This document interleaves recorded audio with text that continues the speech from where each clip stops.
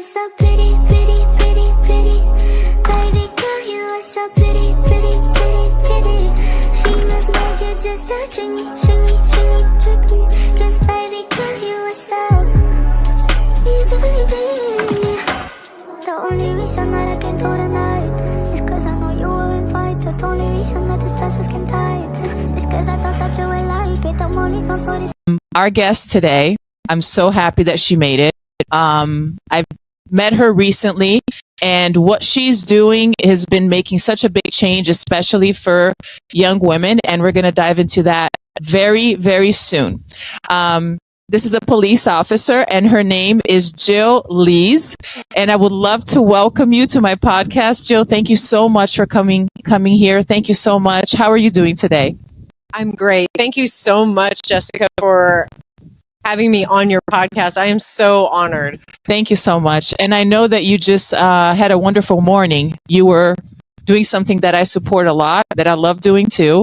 Can you share that with us? Absolutely. I ran a half marathon this morning in the town of Plainfield. It's the 3rd annual Back Your Badge half marathon 5K run. And we support our teams, whether it's police, fire, or dispatch. And it goes to a great cause. It's scholarships for young people so they could enter into a career of one of those 3 fields. That's awesome. Now, Jill, I always felt in my life, looking at a position of me as a woman to become a police officer, I always thought about risk, fear, danger, and difficult situations. So that's something that never crossed my mind to do. How and why did you choose this career? You've been 31 years in this career, right? Absolutely. Wow, that's incredible. As a police officer. Yes. So how did that come about for you? I think it's a passion for me to serve. And I grew up in a, blue collar type area, steel mill family. And I really wanted to serve. Like, I always thought I would be like a doctor, right? Like, I always wanted to go to the medical field, be a doctor. And then I found that the biggest difference you can make, aside from being a teacher, obviously, would be to be a police officer. And I've always kind of always wanted a challenge, because being a police officer is challenging physically, mentally, in all different ways, because you have to be physically fit. You have to make decisions very quickly. You have to be mentally fit as well. And you have to be doing this for the right reasons. And I'm proud to serve the communities that I've served over the past 3 decades. I love that you said that. You're doing it for the right reasons. And I think that's key for somebody to really enjoy the career that they're in. That's whatever choice or the path that they were led to. So thank you for saying that. Tell me what has been, I think that I know the answer, but I want to hear more. I want you to go a little bit deeper. Tell me a little bit more about what is the best part looking back, because you've been serving in so many different capacities. So looking back today, what was the best part of being a police officer, if you have to say, like, the sweetest spot and the most difficult? Wow. 31 years. I have so many stories. I always say I should write a book, but I think the absolute sweetest spot was all of the years that I've served as a school resource officer, or as a DARE officer, or as a patrol officer, where you're interacting with people day to day, and you're really giving them information to help. Like, you're a wellness coach and a life coach to help. You're giving them that vital information to help them redirect their lives, make good choices, be well, help raise their kids well. And to see the evolution of that over 3 decades has been amazing. To see the young people that I had an influence on now old enough to have their own kids, and say that I really helped inspire them in some way or made a difference. And I think the absolute most difficult, I would say, is I served many years as a chaplain that while I was serving as a police officer. So I was like a chaplain officer, and to provide death notifications for people has to be the most difficult job that is my responsibility. And I will never forget one time we were about to knock on a door and my partner looked at me and said, the information that we have will change these people's lives forever. And I looked at him, I go, I wish you wouldn't say that, because that made it even heavier, I felt, than it would have been initially, and I'm very spiritual. So I always felt like that God has given me the strength to be able to do, someone has to do it, right? Somebody. And no matter what the circumstances are, even if someone's 90 years old, or if someone, was killed in a car accident or motorcycle accident or suicide or whatever, God has given me that ability to do that. And I do it with such care and compassion as well. That's amazing. I didn't even think about that part. I was thinking about other things, and there's just wow, that is, you're totally right. Now, you were sharing a little bit earlier in a conversation about how rare or few women go into this career. I've never really paid attention to that. And I think it depends also maybe on where we live, where we're coming from, and the different experiences. But share a little bit, because I heard that you were, like, in your region, the third woman to be an officer, right? Absolutely. That's incredible. So tell me a little bit about why is it that you have so few women, and how is it for women to work in this environment? So, national average, there's only roughly about 12% of women serving in law enforcement. That's very low. And there's different initiatives to try to bring that up. If you look up a 30 by 30 initiative, it's trying to get the numbers to 30% by 2030. But just in 2024, I was working night shift, and I was the only female officer in the entire county at that time.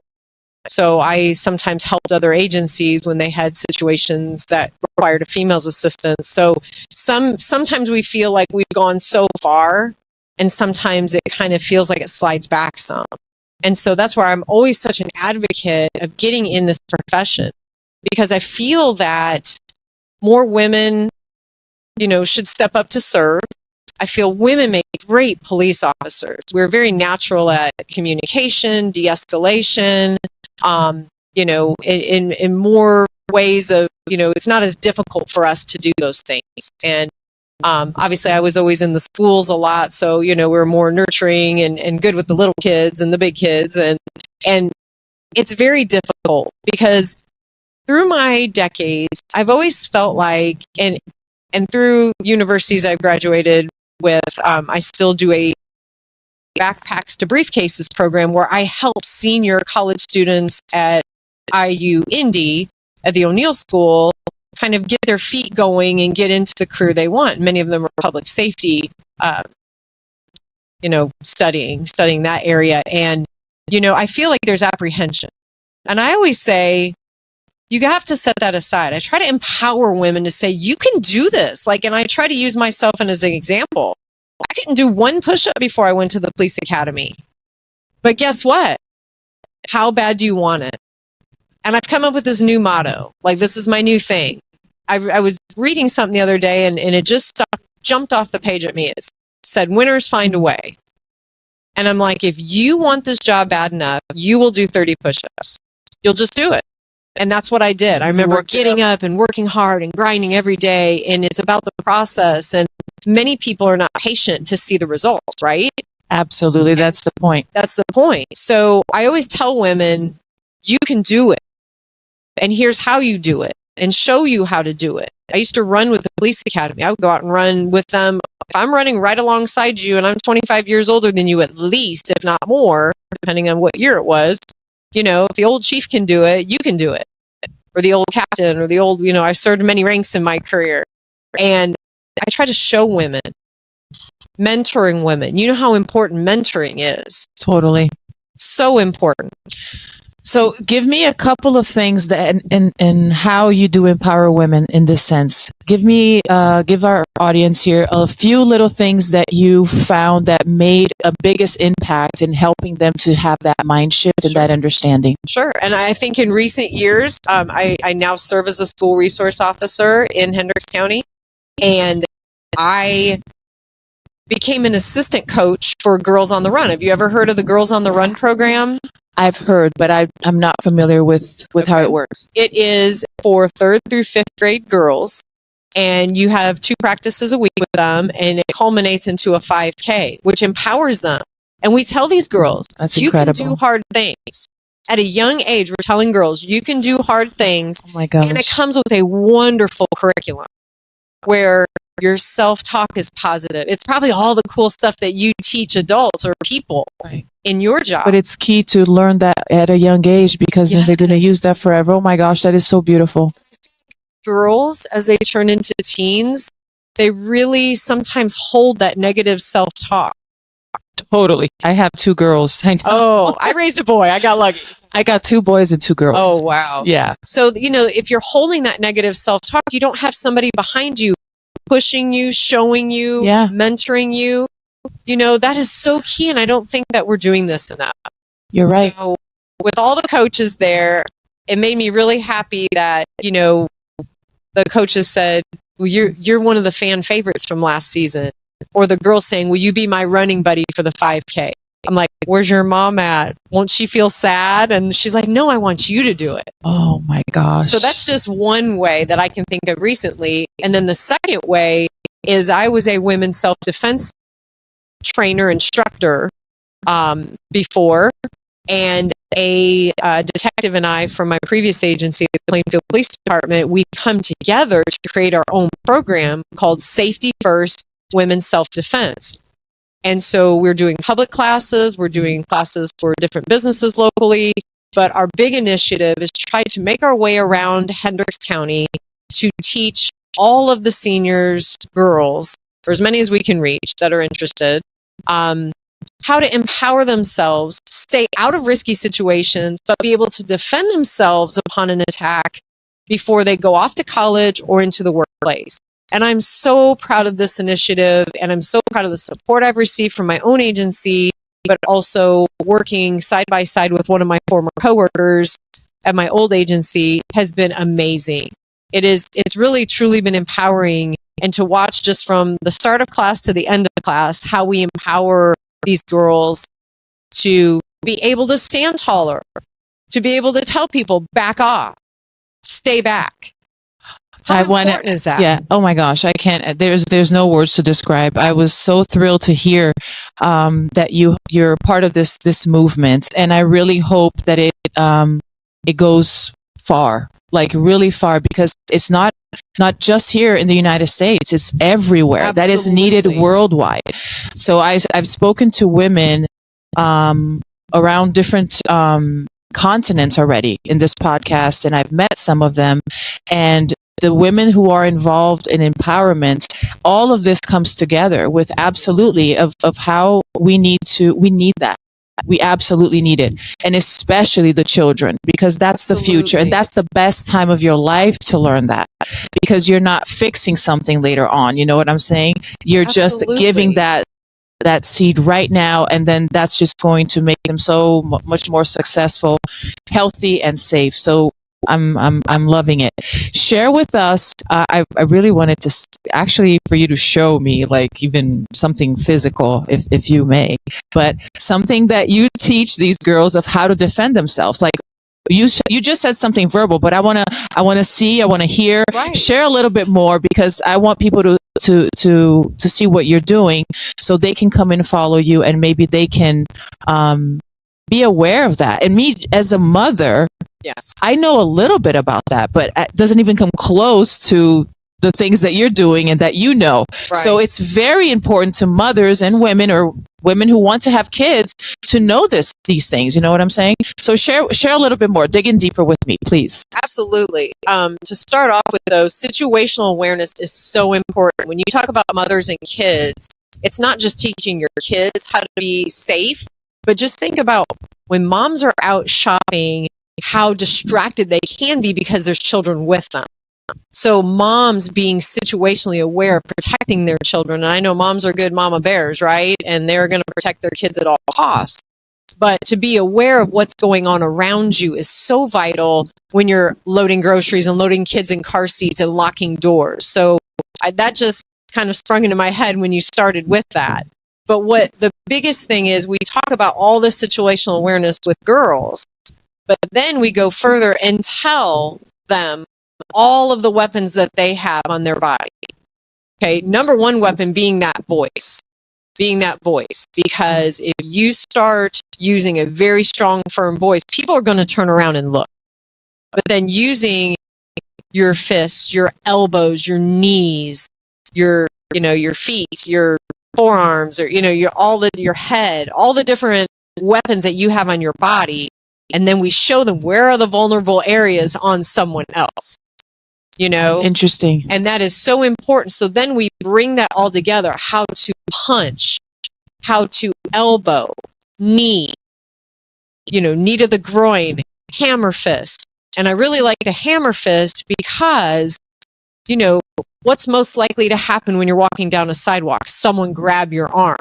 So if someone grabs your arm, how are you going to come back up and down and help release that? They're not going to expect that if you train your mind Totally. to help that, and kicking to the vulnerable areas, all of the different pieces that we put together. If someone grabs you from behind, if someone grabs you from the front, the last place you want to be is on the ground. But if someone is on the ground, how do you use your leverage to get them off of you? Wow. So we do this. We pared down a lot of material into a very full 4-hour block. Wow.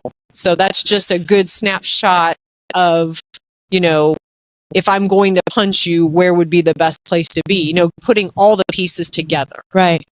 I need to send my girls here to spend some time with you. Absolutely. They're 16 and 18. Oh, definitely. Prime ages. And you know what I love the most? I love seeing mothers and daughters come to our classes. That is true. Because it's the time where girls and moms can take out stuff on each other. I always see a lot of horseplay, but it's in a beautiful, wonderful family way, right? Yeah. But it's serious. Yes. It's I'm going to learn this because it's going to help. It could save my life. Absolutely. Absolutely. Oh my gosh. Now, because of everything that you're involved and also everything that you have to do at work that is unexpected, you went through a very, very difficult time recently. And I would like maybe for you to share this vulnerable time and how that impacted you and how you handled it. Absolutely. And it was, I think, last year? Yes. That's very recent. Absolutely. April the 16th of 2024, I lost a partner in the line of duty on a night shift that I was working. We were all working together.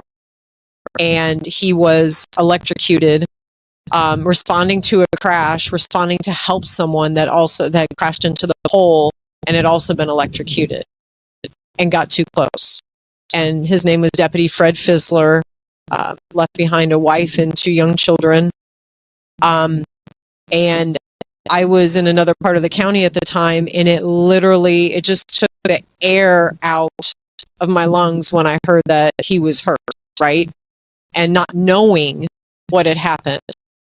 So that really affects people in a different way. And because I've been a police officer for so long, I'd never been through a line of duty death like that, but I have been through other traumatic incidents. So I kind of knew how my body would respond. And it's all of the things you read in a book. It's the tunnel vision, the loss of hearing, the short-term memory loss. I mean, you could have looked at me and told me something and I would not have retained it. I remember that morning someone said something to me and I literally couldn't hear it. I watched their lips move, but I couldn't hear. And it took me a long time to decompress from that. And our agency is very, very amazing at the resources that they have and the different ways that they have since honored Deputy Fizzler. But that was a very difficult time. And it was all brought back up again when we all went to National Police Week when his name was added to the police memorial wall in Washington, D.C. Oh, man. So there's a lot that went on with that. And, again, serving in different capacities and many ranks at different agencies, you went to police funerals and you honored that, and you know that could happen to you, or you know that could happen to someone you know. And when that happened to our agency, it was like the first line of duty death that happened in our 220-year history or something like that of our department. So it's very devastating. It really is. How did that affect you working, going back to work in that capacity? Because I know how traumatic it can be. I know, for instance, in banking, the people who are working at, not in corporate, I was in corporate, but the people who were working in the front line, basically the tellers and, you know, the branches, every once in a while there was a robbery. Absolutely. And there was a weapon, and it's so traumatic. Absolutely. And some of them could not do that work anymore. So Right. how did it happen to you? Well, number one, we have very amazing resources that are afforded to us. We have a peer support team, and we immediately had counselors, flooded to our agency to help us just work through all of that. There's so much unknown and so much, emotion or lack of emotion. Like, I felt like I was just shocked. Of course. Shocked for a long time. But I think that was so vital for us. And because I was newer on the agency and I had not worked with him that long, I'm one of those people that my coping mechanism in all of my personal problems is to work. Yes. So to get back to work definitely helped me. Interesting. I wanted to be there with people. Mm-hmm. I wanted to be there to, continue the job, continue the mission, let's say. And so I think that's very, very important to understand and know. We're all different in how we do that. Oh, yeah. Absolutely. And I know people that were very close to him and worked with him for a very long time definitely got well-deserved time off that was needed to, be able to work through the process. But yeah, I think for me, my coping mechanism was to go back to work and just get going, get Right. back on the horse again. But that it really something flipped the switch, and I can't put my finger on it. So after he passed away, I always loved running. I belonged in a running club in town and I kept running. But that's when I was like, I want to run a marathon. And then I ran a marathon and I gained 10 pounds running a marathon. You believe that? In muscle? No, I can't believe that you can't eat a whole pizza if you ran 20 miles in a day, So I was like, I was always hungry. I was like pregnant hungry. Oh my goodness. So I was my heaviest I'd ever been after I run this marathon. And I did really pretty well for me, I think, for my time. And so I'd had enough. I literally had enough. And I removed myself from everything but work. I removed myself from my friends. I hired a nutrition fitness coach online. And in 4 or 5 months, I lost 30 pounds. I gained muscle because I liked running but didn't like lifting. And that really changed my mind in my life because of the energy. I had more energy. I had a better mindset. I was more pleasant to be around because I think the weight of everything got on me. And then I was running and not seeing results then too. I see. So I didn't want to be heavier. And as I'm getting older, I feel like all of this is like my midlife crisis of wanting to better myself. I've gotten more involved with church since. I now teach And this is eighth grade. all after he passed away? Yeah.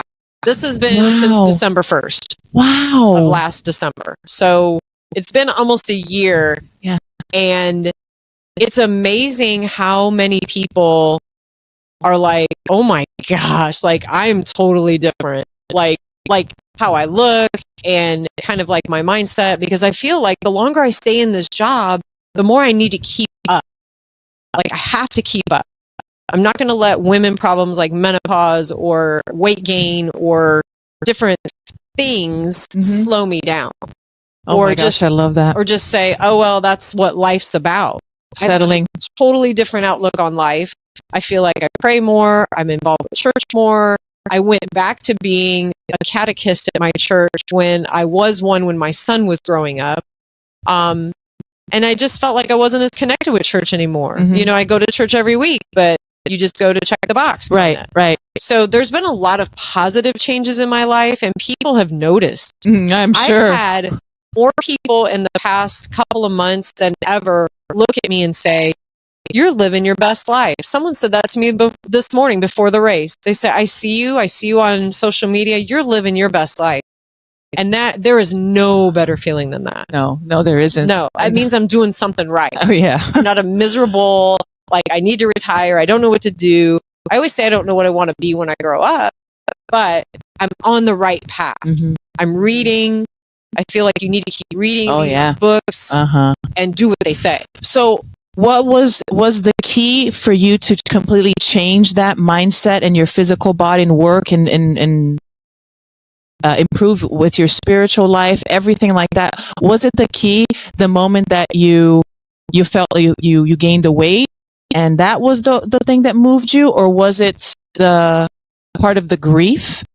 What was it that catapulted you to start this journey that a lot of people don't know how? Right. I didn't. It was only after my 40s that I found it. I was searching I couldn't. And then I'm like, oh my gosh, you know what I'm saying? Like, I'm so happy for you. But tell us how it was for you. What was the turning point? I think it was a combination of things. I really do. Because, starting again at a third department, I want to keep up. We have beautiful facilities to work out that I'm like, okay, I haven't been really in there much because I was so focused on learning the job, right? So now I'm settled. I can work out more. I'm using the facilities. It was like a bunch of puzzle pieces coming together. I think the grief part or the death of my squad partner brought back a lot of other traumatic incidents in my career and as a child that I'm like, where do I want to be in the future? And that's where that spiritual part came in of I want to be the best person I can be and I want to do this for myself, but I want others to be able to, to be able to help others too. Yes. And so I always try to do the very best I can to help people. Oh. And so this May of 2025, I hosted and was asked and got support to host the virtual National Police Week 5K for our agency. And I had a good turnout and I was hoping that everybody liked it. And then I heard someone say, well, let's get more people next year and we're going to do this. And I thought, well, this will be great that I helped start an annual event to honor our fallen brother, but also to work on ourselves too. And never forget that part because I knew like everybody couldn't go to DC and not everybody was there during the 5K there. Right. So I'm always trying to look for little ways to better myself, but how can I share that with others? That's why you're here today. There you go, right? I'm so happy. And you were on another show a little bit earlier today. So we want to spread the news. We want to spread that. I'm on a mission to do that too. So that's my mission, is to help people to absolutely love their life. Like I was explaining to you earlier. So when I see people actually being able to do that and conquering that, I just have my heart just fills up with so much joy, because you probably can tell too. And as I did, I see myself before how I was and the now. And I'm going to give you an example. I used to be a very anxious, perfectionist, controlling person. I need to have all my ducks in a row to start something. If somebody knocked at my door just to stop by to say hi, I'm like, I'm not expecting you. That I need to prepare myself for this. Right. You know what I'm saying? It was always like that. And I when I started to go down that journey, I was able to tap in to start changing that mindset in a way that I didn't even know how or thought it was possible. I thought it was just like, I don't know, maybe it's genetic, or I was always like this. So you kind of like settle for it. You know what I'm saying? Because you don't know what to do. And I'm so happy that I just, for me, is just being open to it. When I decided to be open to it, that's when the solutions and the small changes started to come by, and I started to embrace each one of them. Yes. The going back to working out, the reading, the time for myself that I would not give myself. As a mother, I felt guilt. I'm like, I can't do anything for myself. I need to take care of my kids. So for a long time, I put myself aside. You know what I'm saying? And you pay the price in so many other ways. So when I allowed that to finally come in, it's when they start coming. You know what I'm saying? And it was the spiritual too. It started with that, by the way, because I came to a point where like something has got to change, and I beg for help. Right. And then the things, started happening. So I think that your journey is absolutely beautiful in so many different levels. I absolutely love that you are empowering women in the profession, that you're empowering them with themselves, mothers, childs, and people who are about to start their career. This is an absolutely incredible work that you're doing. I'm so proud of that. I'm so happy that I get to know you and know what you're doing. So thank you so much for that. What message would you like to leave to our listeners today? If you have to leave them with something, because you gave so many gems here today, but there's something that I would like them to carry on for the rest of the week after listening to you. What would you like to leave them with? I think I have so many messages. I know. So if you want just one, so do more than one. Do more than one. I think I've always told women, and I've told everybody, you can do it. You can do whatever you set your mind to. And I think what helps keep me going is once I achieve a goal, I set a new one. Yeah. And I set a timeline, and I'm not hard on myself. So I think that's really important. Is you can do it. You can do whatever you want to do. Don't be so hard on yourself. And then again, I've always preached that my favorite word is opportunity, because you never know when an opportunity is going to come. That's why I rushed in the studio today, because I'm not going to let an opportunity pass me by either, to help people, to give a message. I hope I can make it to church on time, but there's just so many messages. And I grew up a very humble, I didn't have a lot growing up too, where I feel like I'm self-made in many ways, but I had the influential mentors that helped me. And so please, I always say, thank a teacher that helped you. I always say that coaches raised me. People that were influential in your life, thank them. I recently visited my high school track coach, and I've been out of high school for almost 35 years. And to embrace him and tell him that I loved him. Oh my gosh. And to tell him how much I'm still running. Oh my gosh. I can't even imagine everything. Oh, that is amazing. Yep. So I got my picture with him, and I told him I ran a marathon, and I told him, and I'll still never forget the first words he ever said to me in high school. I mean, you just think of these things and you remember. Yeah. But he's special to me. So keep those special people close. Keep your circle small. Again, I can keep going and going and going, because the trust, having people that love you no matter what. The right people. Yeah. Absolutely. That's so important. We need that. Yep. We do absolutely need that. And the same way that we need them, they need us, and we need that exchange, Absolutely. of love, encouragement, and high vibrational, everything that you can think of that's good that we were created to do. So thank you so much for being here today. I am so happy, and I'm all filled up. Great. Everything that you shared. Thank you so much, Jill. Make sure that you guys are sharing this episode.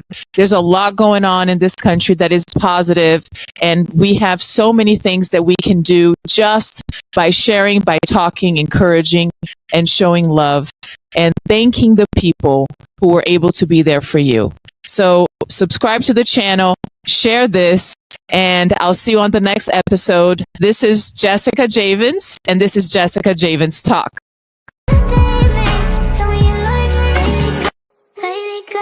So pretty, pretty, pretty, pretty. Baby girl, you are so pretty, pretty, pretty, pretty. Females magic just touching me.